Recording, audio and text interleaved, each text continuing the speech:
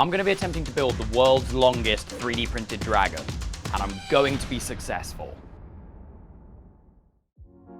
Over the past couple of months, I've been printing tens and tens of dragons on my two Ender 3 Pros here, but as you can see, the build plate is quite small, so I'm limited to dragons of this size, which aren't going to get me a world record.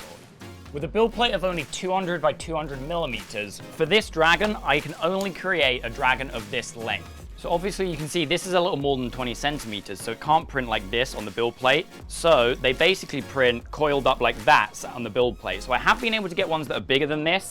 As you can see here, I have this absolute unit. It's a coral dragon. He looks very, very cool.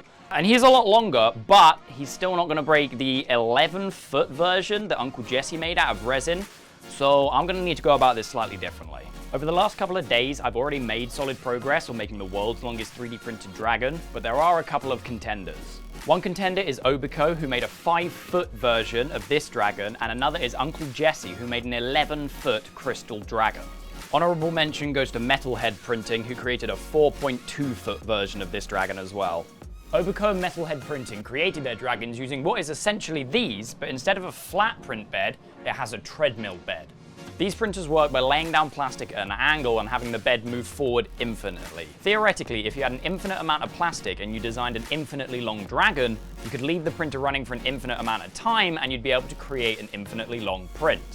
However, I don't have infinite plastic or an ability to design an infinite dragon, or most importantly, a treadmill printer. So how am I going to create the world's longest 3D printed dragon? This is where my friends over at Cinderwing 3D come into play. Cinderwing 3D makes some of the coolest models I've ever printed. They were the ones that designed this cool coral dragon, these amazing spiders, this crystal dragon, this awesome skull and bones dragon, and so many more cool prints. And they reached out to me to let me know about a new project they've just released, the Infinity Dragon. This project is essentially a completely customizable modular dragon design.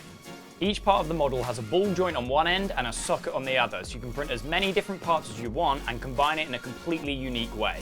Let me show you what I've done with this already. This is Kevin. He is a baby dragon standing at 1 foot 1.5 inches tall and consists of a headpiece, some front arms, a short body piece, some legs, and a tail piece. Like I said earlier, each piece has a ball joint and a socket, and you can just attach them like this.